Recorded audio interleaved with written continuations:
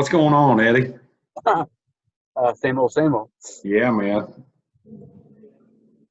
So, I don't know what you can see on your screen. So I got Casey Snipes, the female. She is no longer my student. She moved down to Nashville. And then Dominic, the one here with a raccoon on somebody's back, that is one of my criminal justice, my first year guys. So that's who's in the video right now. Cool. So all you guys that are, well, the three of you that are on here right now, so if you see Eddie hold up a finger, that means he's trying to listen to his radio or he's getting ready to talk on it. So I just ask that you guys either mute yourself or just shut your mouth so he can talk. Does that make sense? Yeah. This is definitely going to be interactive. So if you guys have any questions for him or want him to tell some war stories on me, there'll certainly be an opportunity for that. So this thing gives me a 10-minute warning when the video is about to be over. So I'll let you guys know so that we'll probably open it up to last a little bit, but it's definitely interactive, just like my classroom. So, Eddie. Yes, sir.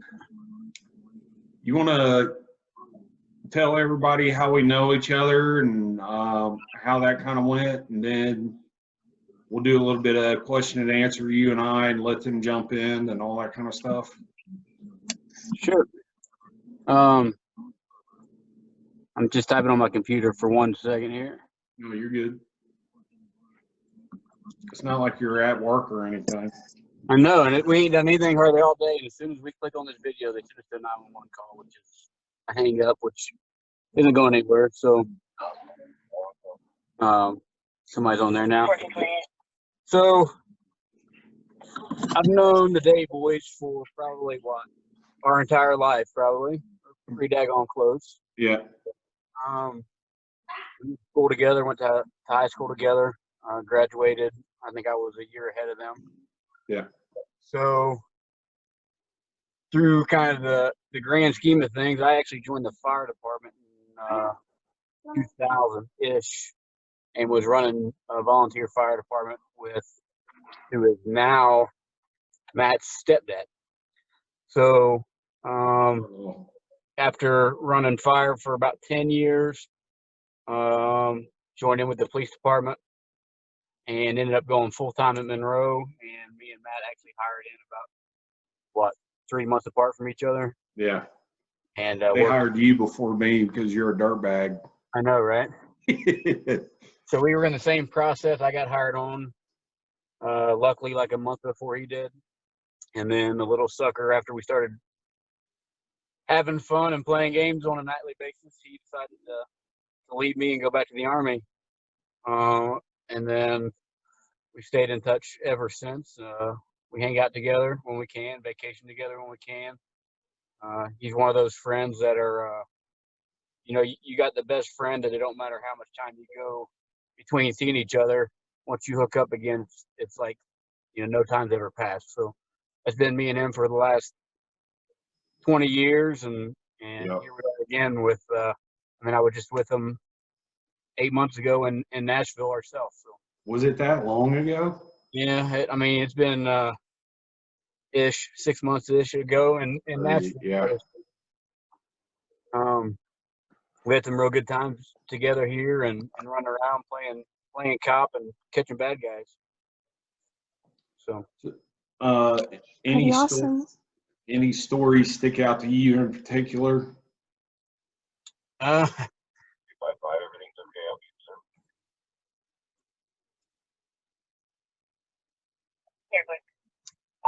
T1, you can clear me as well. So when we were the way me and Matt used to run our shift was we would run and he would either be on a traffic stop or I would be on a traffic stop, and I would go to his stop or he would come to my stop, like all night long. We actually drove, I think, 2 dispatchers to retirement because they got so fed up with us being on the radio. But we were still both pretty young and kind of looking for the good stuff all the time. And Matt stopped the car one night, and we start talking to the guy, searching the car, and I can't even remember all the details. other than we start looking through a golf bag that he had in the trunk. And for whatever reason, I opened up like where the little pouch, like where the tees go, and it was nothing but money. And then opened up the bag where the balls go, and it was nothing but money. And then opened up the thing, and it was nothing but money. And then I don't remember where we found the big bag, but there was like what 2 pounds of weed in there. Yeah. And it was the okay. Did you need me to clear you from the court details?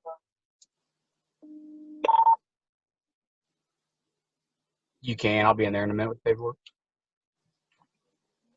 Yeah, but I wasn't sure if your computer was down. So we ended up finding about 2 pounds of weed on that traffic stop, which at the time was probably more than me or him either one had ever seen. And we were, it was like we won lottery or something, because we were both like schoolgirls and giddy and just, I don't know. It was just one of the first things we did together that was kind of notable, that was pretty cool. Did you help serve that search warrant on the house? I did not. I don't remember what all they got from the house. It was me. I know it was me and Curlis that was there at the house when we did the warrant. That's right. What all they get from that? I know they got some more weed and some guns or something, but Yeah, it was a little bit of coke. That's So where that was- the money came from. yeah, we were. That was kind of one of the initial things it got me into. I mean, I was always looking for drugs and warrants. Shortly after Matt left, I ended up going to the drug unit for our county here, and worked undercover narcotics for about 4 years.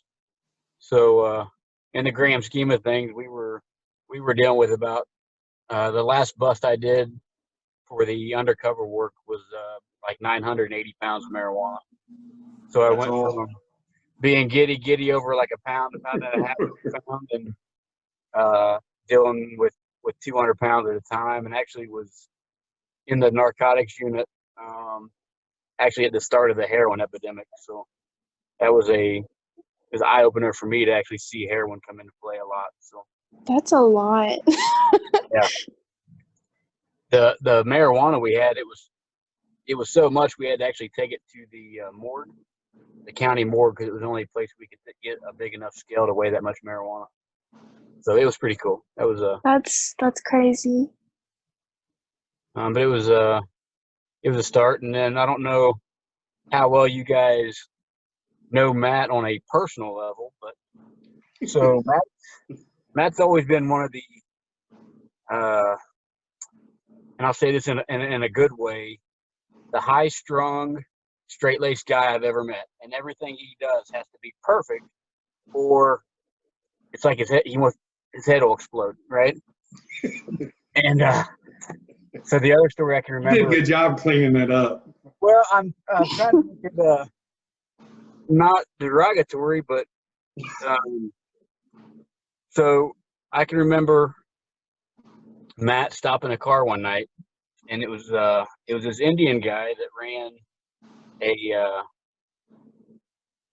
drive-through out in the city that adjoins us, and he called me over because the guy is just all over the road. We couldn't figure it out. So he's talking to the driver, which is a guy, and he asking me to make contact with the passenger. So when I go to the passenger side, the window's down, and the subject in the passenger seat is sitting. It's got like a baseball cap pulled down to about here, and like a gray mustache. And I'm like, "Sir, can I get your ID?" And they don't move. And I'm like, "Sir, I need to get your ID." They still don't move. So my blood pressure's like through the roof, right? I'm getting ready to snatch this guy out of the car. And Matt finally looks at me and says, "Hey, Officer Myers, can you get her ID for me as well?" And I'm like, "Ma'am, can I get an ID?" And she's like, "Yeah, sure," and hand me her ID. So that was kind of the start of a bad thing. But so Matt got the guy out, did field sobriety on him, and the guy just bombs every one of them. Falling over, can't walk, can't do nothing. So he arrests him. We get back to the PD, give the guy a breathalyzer, and the guy blows zeros, nothing, no alcohol, no anything. And Matt's head is ready to explode. He's pacing around the PD, trying to figure out what to do and how we've screwed this up and everything. So, finally cited him for the DUI, the mark length, all that stuff, kicked him loose. And I don't remember how long had passed, but about 2 weeks later, he calls out on a traffic stop. So I go over there like always, and it's the same guy, same story. Guys all over the road, just can't walk a straight line, can't do anything, but like never has any signs of impairment, and the same girl in the car. So that guy's mad, Matt's mad, I'm mad, we're all kind of mad that it's going on. And the guy's claiming basically that we're harassing him. Like, okay. So I don't even remember what we did on the second stop. Maybe let him go or got him a ride out or something. And then about a month later, I'm coming home from court, and there's a car in front of me in another jurisdiction that's going off the side of the road, just everywhere. Comes into our jurisdiction. I pull him over. Same guy we've dealt with 3 times. And the guy is just absolutely throwing a fit that we're stopping him again. But that whole situation with that guy, and we don't really know what was going on in the car, but the guy can't drive. We kept pulling him over. He kept claiming that we were harassing him. So the mindset of you on that all the time of what to do and what we did wrong and stuff was I just never forget that part of it. You running around the PD like ready to tear doors off because the guy Pissed. I was pissed. Yeah. So I don't know. Hey, I got one for you, Eddie. Yeah. So no crap, there I was doing an off-duty detail at the retirement home up there, and you were on patrol, and you were in apartments over behind Ameristop. Yes. You wanna tell that one real quick, or you want me to, and you cleaned it up and You go right ahead.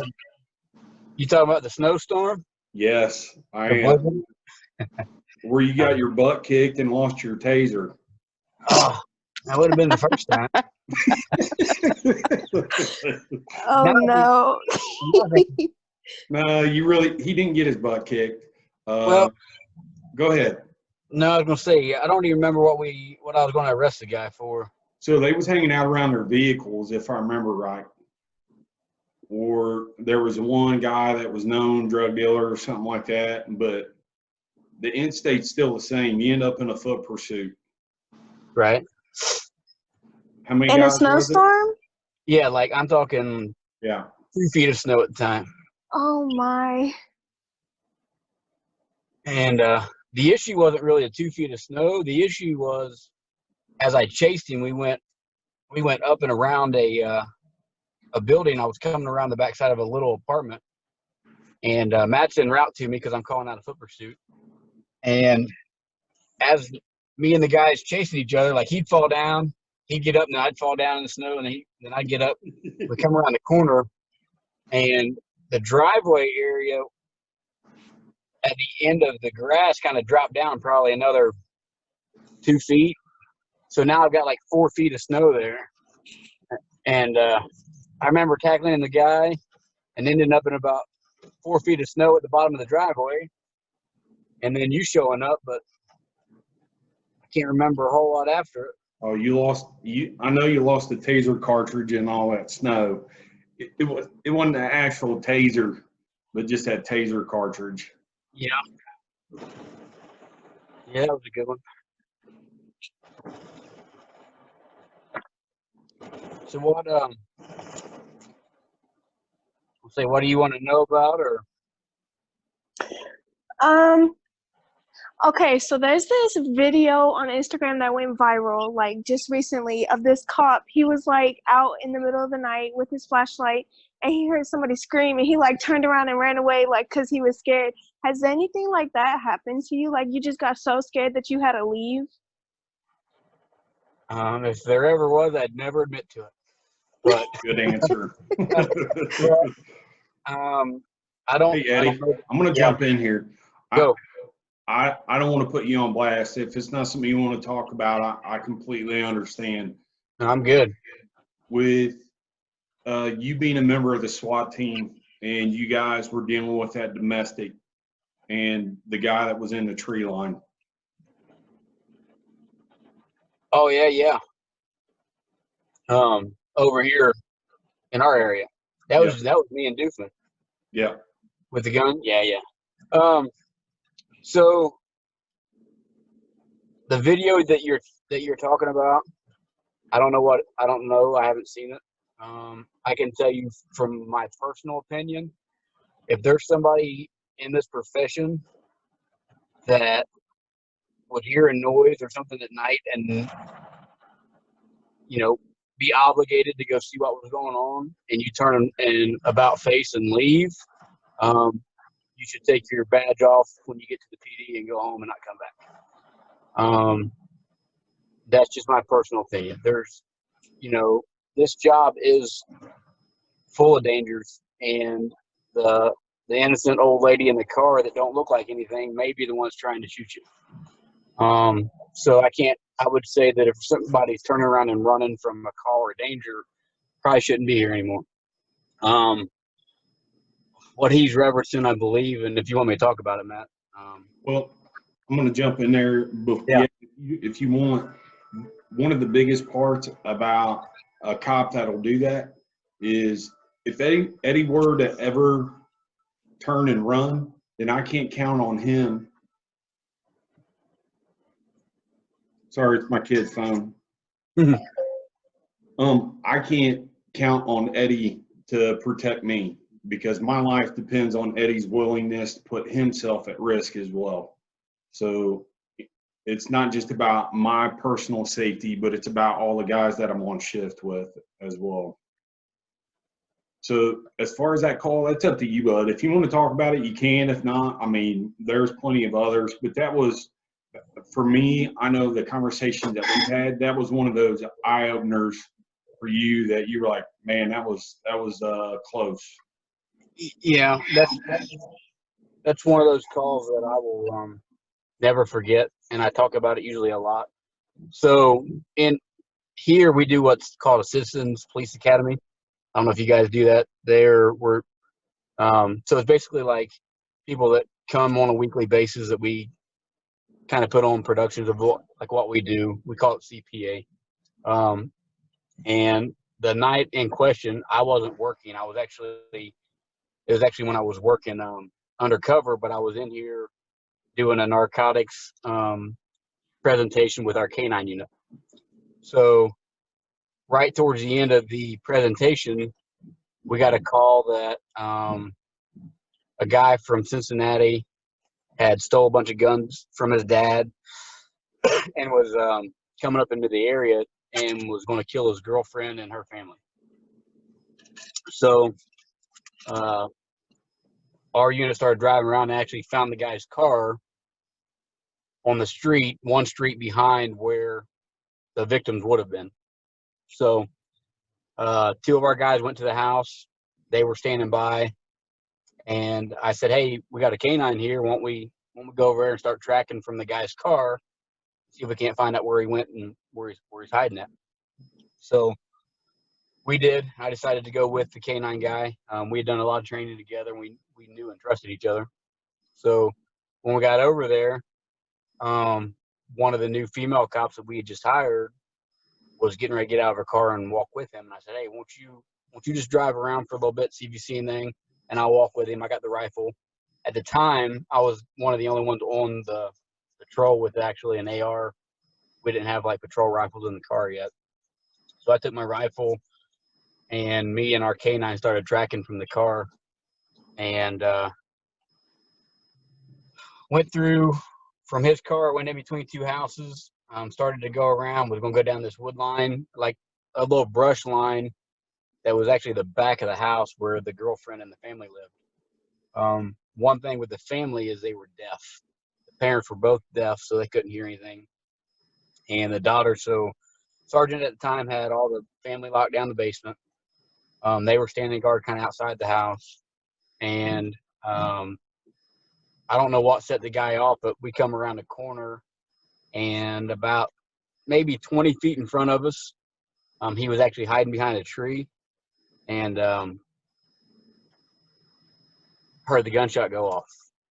So we start yelling shots fired. I come around with my flashlight. I see him leaning against the tree. Luckily, the guy turned the gun on himself and actually put a 20 gauge in his mouth, pulled the trigger 20 feet right in front of us. So that call to me is probably one of the hairiest I've been on. Not necessarily because of what it was, but because we never seen him. K9 was tracking him. It was dark. We come around the corner. I think he heard the dog panting and heard me and him talking and ended up shooting himself before he either got shot by us or got bit by the dog. So that being said, when you talked about, something in the dark or not knowing what's in front of you and turning and running away, I don't think that can ever be a mindset.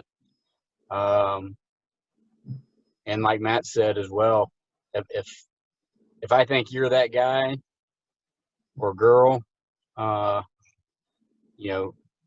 would never, you would never have the trust that would be needed in the profession to still be here. So, but that call, it's probably the closest I've ever. He could have killed us. No doubt in my mind. If he just wanted to take one shot to us before he killed himself, I would not be here talking to you today. So, probably one of the hairiest calls. Yeah, that is scary. But it's part of it. You just never know what somebody's going to do or where they're going to be at. So, who was Dominique? Is he going? No, Dominic, he's just going to keep muted. He's kind of a quiet dude, and so is Nasir. So I expect they're watching. They don't have much to say in class. Hey, what's up, Dominic? I'm here. Hey, how you doing? Good. How are you? Good. Nasir, you on here, bud?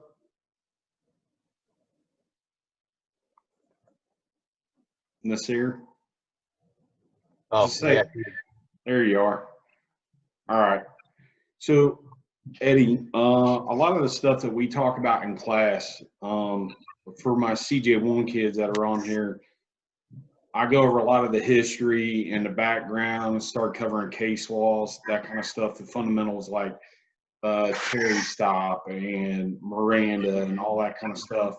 And then as they progress through our class and each year they come back, Casey was actually in my CJ3 class where I have them, they're doing like blood spatter, footprint impressions, ballistics, all that kind of stuff. So at least when I was at Monroe, how far were we able to take it in uniform as far as the investigations?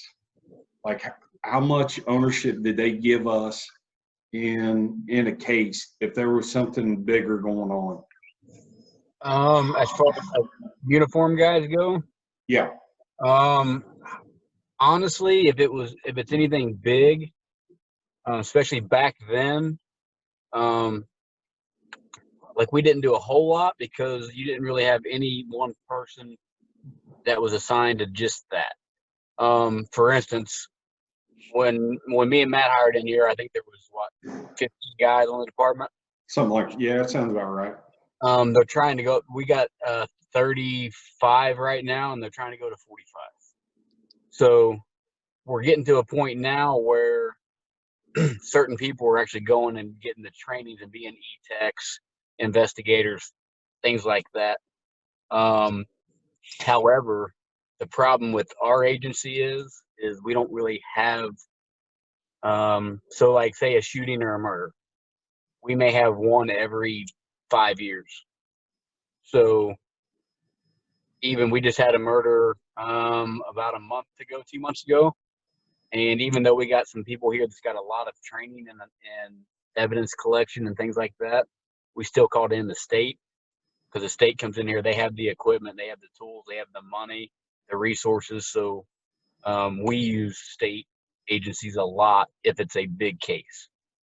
Smaller cases, E-tech wise and things like that, our guys are now getting trained and going through weeks and weeks of school to do that. It's just something that they don't get to use a lot here. So So what about the smaller cases? Was that kind of did we take ownership in the smaller ones and try to process and work them to a certain level? You know what I'm saying? yes, and I think now, I think back then you got to do a lot more then because we were so little. So like your case was yours, and what you could do to work it, you did.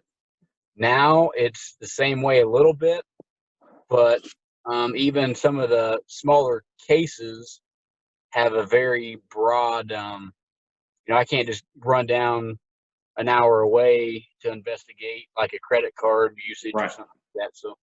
So it kind of depends on the origin of the case and how far you'd have to go to investigate it, especially patrol wise. But yeah, back in the day, you kind of caught it, you skinned it, cleaned it, and then took it to court. Now, one halfway big case here, there may be 5 hands in it, so everybody kind of does their part. So what's one of your most favorite calls that you've been on? Well, I would say favorite calls. Back in the day, Hey, Mr. Dave. Mr. Go ahead, Dave. Daddy. Go ahead, Daddy. Hello? Eddie, go ahead. who's that? That's Keldon. What's up, bud? Can y'all hear me? Yeah, I can hear you, bud. Hey, my bad if I interrupted. No, you're good. Go ahead, Eddie. How you doing, man? Hello, good evening yourself. Good, real good. So, calls back in the day were, all of them were fun. Let me ask you this. Where did you start helping me out, learning what it was to be a cop? Like, what was it that we were chasing around all the time and trying to get into, that kind of stuff? Well, I'll say, I think you've always said it. My mentorship at all towards you was, I was very good at stopping cars. And then, I don't stop cars to write a traffic ticket. That's just not me. I would stop 100 cars and maybe write 5 tickets, but I might make 40 arrests out of it because, I would want to get into cars, find drugs, find weapons, find warrants. So my big thing was if I stopped a car, outside of the 80-year-old woman going to church, I was usually talking my way into it, getting people out, searching it. I was big into interdiction stops, really. And I think I think that was one of the first times with you, with that first drug case we talked about, was part of that. It was one of the things where, hey, we don't know this guy. Hey, we search your car, and they say, yeah, and let's search it. And if we don't find anything, hey, thanks for letting us search and go on. And if we found something, then shame on you for letting us search. So let me ask you this, from your perspective, what kind of cop was I? Was I the guy that would let a lot of people go, or was I the one that was I the color of the law or the letter of the law? Well, let me say it like this. I think you were a lot like me, and I still am. There ain't anybody here or on this call or in this profession that hasn't kind of broken the law or done something wrong at some point. What do you mean? Yeah, exactly, right. So speeding and things, and I mean little stuff. I don't mean that we've all went out there and done nasty things, but speeding and things like that, we're all human. So the profession, even in our day, we would run ragged for 8 hours, stopping cars and looking for things. But at the end of the day, you have to use that discretion to tell people, hey, we appreciate it, but you do have to slow down. There's other people around and things like that. And a lot of times that gets it. Quick story. I was behind a car one day, or I'm going this way. They passed me in a high rate of speed. I U-turn around. I get in behind it. followed into the local Ameristop, and it keeps going. I pull in, and a guy pulls in behind me and said, "Hey, I thought you was going to stop that car and write a ticket." And I said, "I probably should have, but I think they got the point. You know, they knew what they were doing. They slowed down. They drove good." Anyway, I pumped my gas. I go inside, grabbed something, came back out, and there was a cold Coke sitting on my hood. So I looked over, and it was a guy that asked me about why I didn't write a ticket. I think he got it. I'm like, they knew what they did wrong, and I don't have to stop every car there is and write tickets. And I don't know. It was just one of the things. I come out and there's a Coke on my light bar. So it's kind of just the way I do things. I don't write a lot of tickets. I'm a big discretion using, and I think you were too. A lot of let's find the bad stuff and kind of let people know about the little stuff and let them go home at night. Yeah. So what's the biggest thing that you guys at Monroe are now dealing with as far as the nature of calls and that kind of stuff with everybody being locked down? What impact is that having on you guys? I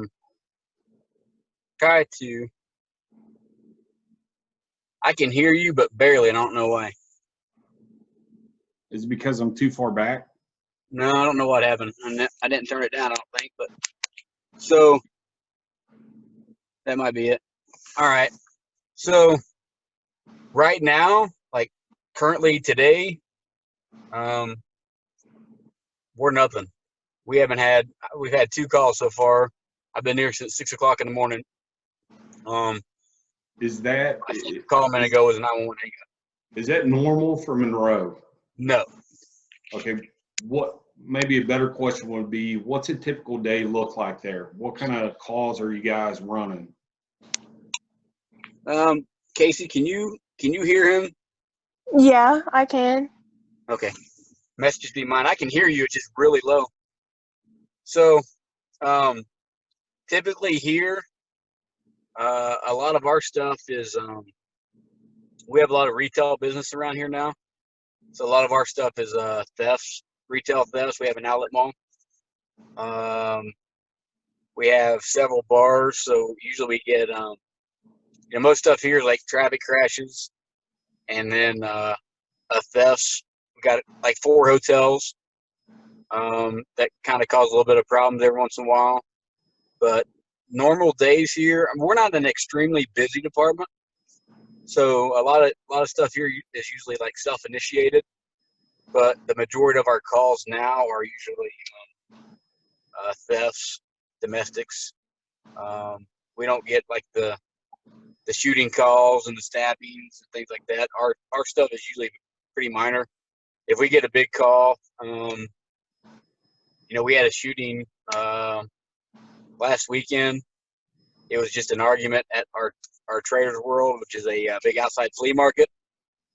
There was an argument, guy got shot in the leg, and it was like, that's obviously huge for any department, but for us, it was, nightly news and 3-day investigation and every department around the area and things like that. So, our stuff's usually low key, busy work, but low key. And then we also have the, it's pretty diverse here as far as income levels go. So we have a Can you bring my charger out of the kind of bedroom? riskier area where we deal with a lot of, Mine. Matt, I don't know how you want to label it, kind of BS calls, like neighbor calling because the other neighbor's cutting the grass too short, or And that's what I've explained to them. Typical neighbor disputes, disagreements, that kind of stuff. I told them about taking the calls where the dog poops on my yard, the neighbor's dog pooped on my yard, or the neighbor's cutting grass and the grass clippings come over in my yard, that kind of stuff. So they thought I was making that stuff up. Those calls were where did Eric live? That neighborhood over by the park and all that. Crossings Park. It might have been. Where was the nicer homes at? Oh, Bridle Creek. There you go. Yeah. Oh, my computer charger. Yeah, Bridal Bridal Creek. Creek area is the you know, the neighbor blew his grass clippings in my yard.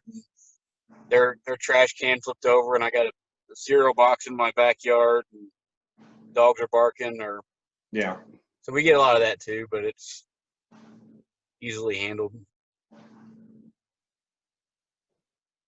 Well, Casey, do you have any questions? Ask him anything about me. And I didn't just pose that to Casey. Dominic and Nasir, you can hop in there too. There was something that we did my sophomore year in high school.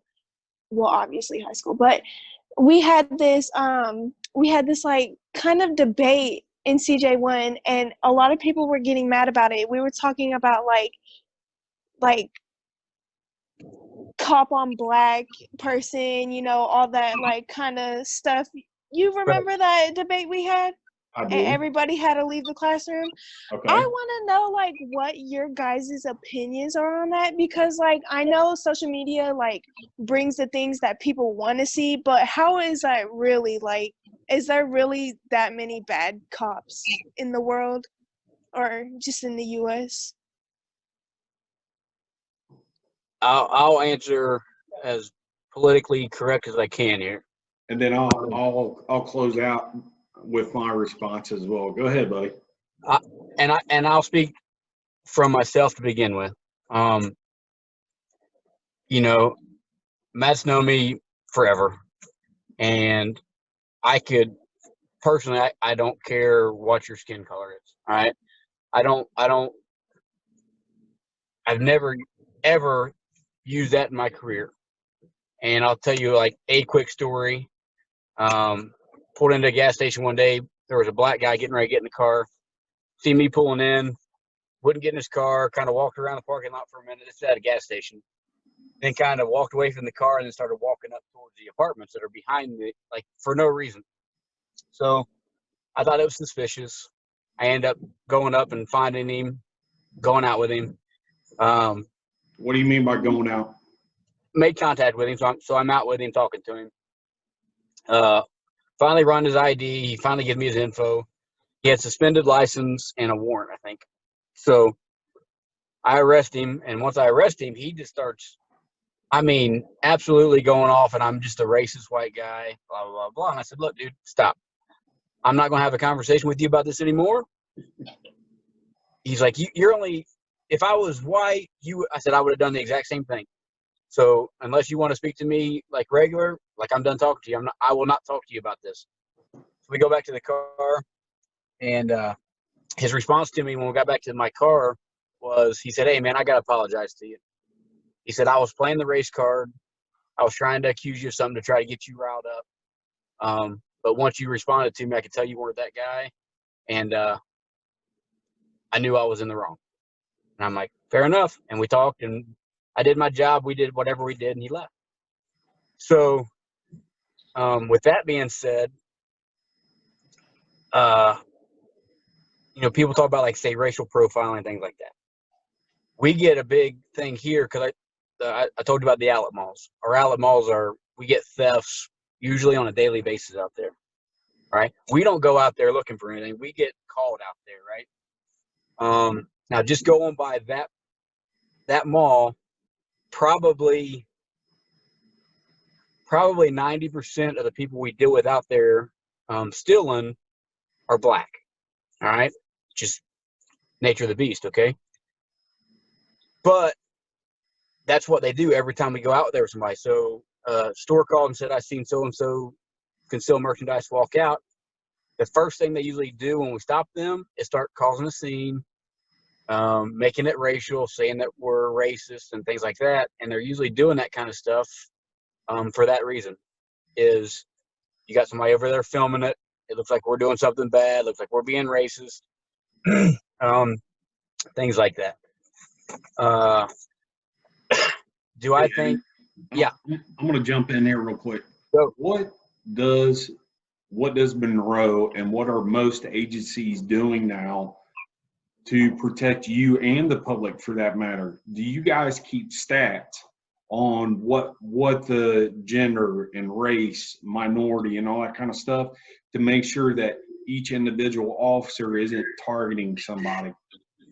We do. We actually got somebody in here that's doing all of our stats now. But I'll be real honest with you, especially as a teacher and you guys as students. I don't agree with that at all. And here's the only reason I say that. So, okay, I work in a predominantly white neighborhood. I mean, probably 95% of Monroe is white.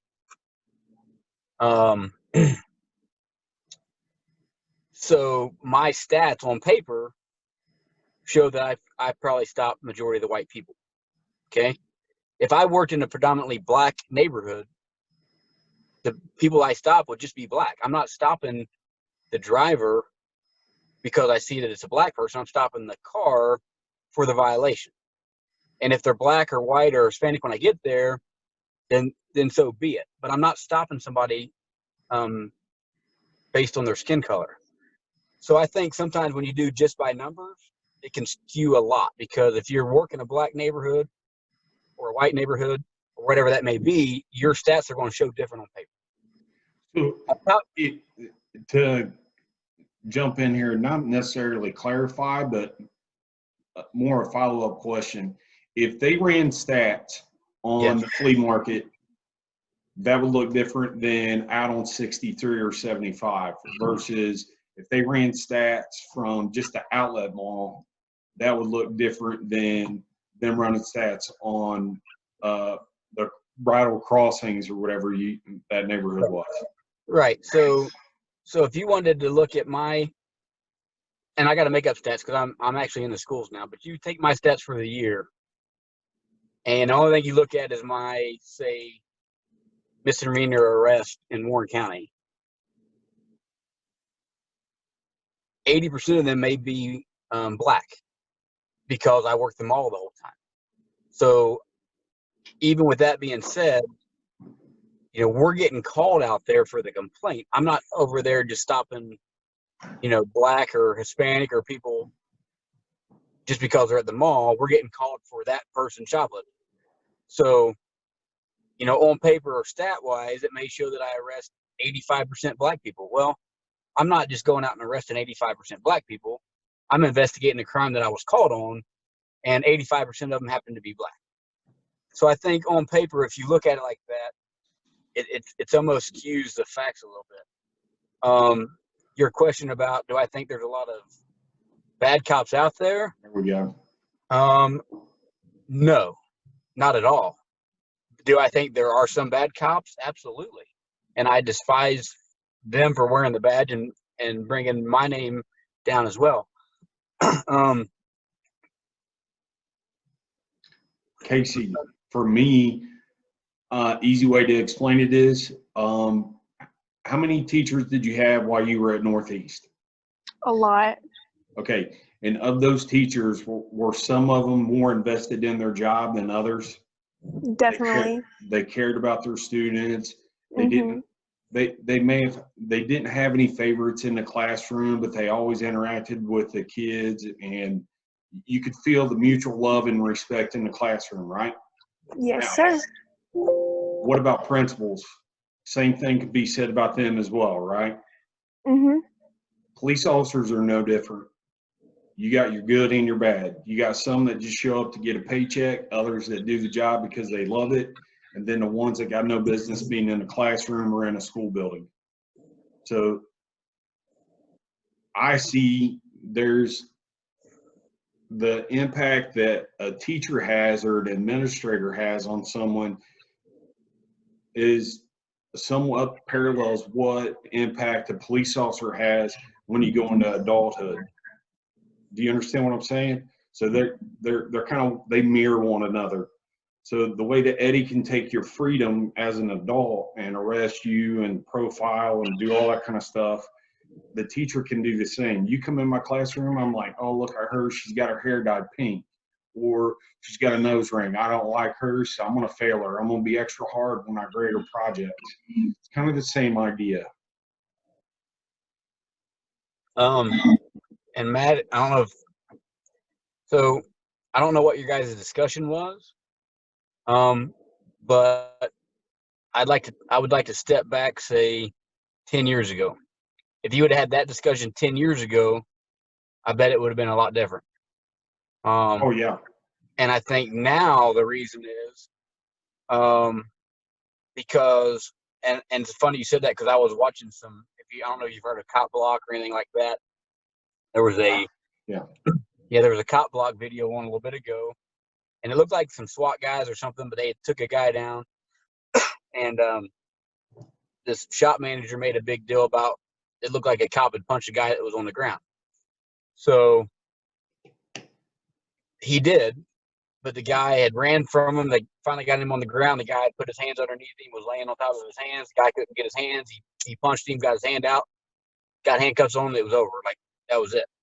Well, that guy has now circulated that video, which has probably been viral, about cop abuse and things like that. And so the start of, and I'm not a political guy here, but I think when like Obama started, 6 years ago or whatever, when he had the guy and he was talking about the cop was acting stupidly and got the guy in and had a beer and started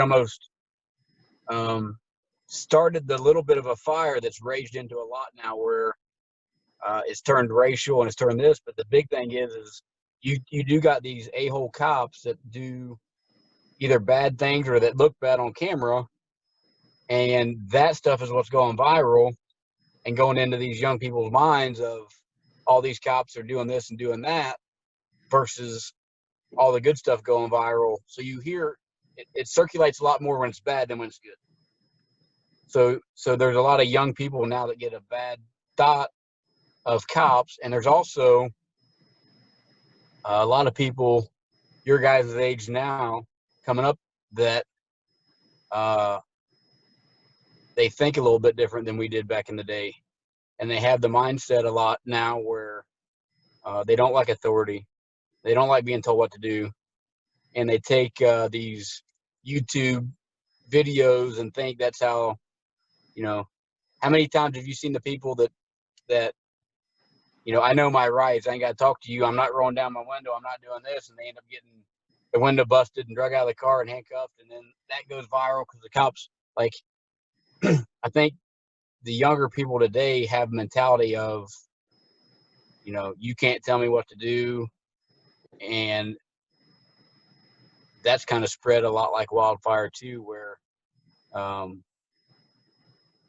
it's just come to the point where they don't have the respect for authority like I did when I was younger. So I think that's a key to it now as well. Of, I don't know, they just don't have the respect like they used to. Have you had like any situations like that happen where you were like overly racial profiled and stuff like that, and they like started recording you? Oh yeah. Now, to clarify just part of that question, I'm assuming you mean like they were accusing me of profiling? Yes. Okay. Yeah. When we go out to the mall, usually the first thing that happens, honestly, is they start making a scene and letting everybody know that the only reason I'm stopping them is because they're black or Hispanic. It's just usually, the race card that gets played. I have been out there numerous times where, because usually our groups that come out there, there's 6, 8, 10, 12 people. And once they're caught, everybody knows they're caught. So all them people start coming around also to kind of create more of a distraction. And it outnumbers us. So, and they pull out cameras.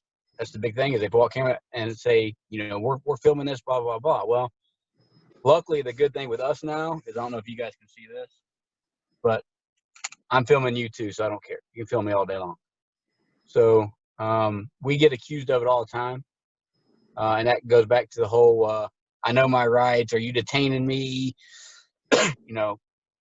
it's all like a big show to these people now, especially like I said, the younger generations of, watch the videos and 10 minutes of it is, am I being detained? Am I being detained? You can't tell me what to do. I ain't got to answer your questions. Well, if I'm out there investigating a crime, then yeah, you are being detained. And yeah, you're not leaving until I either say that you're free to go or you're in the back of my police car. So, but yeah, they pull that a lot. And I think it's something they think that usually and some cops are like that, some of the younger guys. If they think the people's going to kind of throw a fit and make it a scene, they won't maybe investigate it as much as they should. They just want to get it over with, and they've probably used it in the past and something happened. And then a lot of times too, when they see that you're not falling for it or you're not having it, a lot of times they'll kind of tone it down a little bit too. So the traffic stops is usually the big one. Last minute questions here. Casey, Dominic, or Nasir, you guys got anything you want to ask Eddie before we close out on this? What's your No. favorite part about being a cop? Honestly, now, I'm almost to the stage of my career where I'm getting kind of older and not really running as much. But this year I actually started as an SRO, so I'm in the schools now. I started doing DARE. I don't know if you guys know what DARE is. I did it in elementary school. All right, so I just became a DARE instructor as well.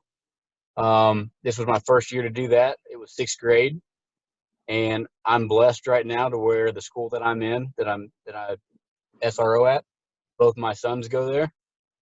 So my son was in 6th grade this year, so he was my first DARE class. That's awesome. So, honestly, right now, this has probably been, as far as happiness wise, and I'm dealing with kids all day long, not kind of dirtbags out on the street. And like you were just talking about, I'm not dealing with the racial stuff and the fights and the chasing people. I get like hugs when they get off the bus and kids coming up to you and they give you presents and hugs. And I mean, honestly, this now is like probably the best part of my career so far. That's pretty awesome. Yeah, it is. So. Well, I'm going to wrap this up. Eddie, I want to thank you for taking a few minutes to talk to us and allowing me to interview you. It's been great. I love you, buddy. You're awesome. So, hey, thank you guys for hopping on here. The rest of them missed out. This was a great opportunity, but let all your friends know that it's going to be going on my YouTube channel. So, brother, be safe. Anything ever comes up, you guys want to do this again, actually get some questions together, things like that, anything I can do for you guys, especially in your career to come, get with Matt, I'll be glad to help. Thank you. Absolutely. Thanks, Eddie. See you, bud. See you guys. Take Be care. good, man.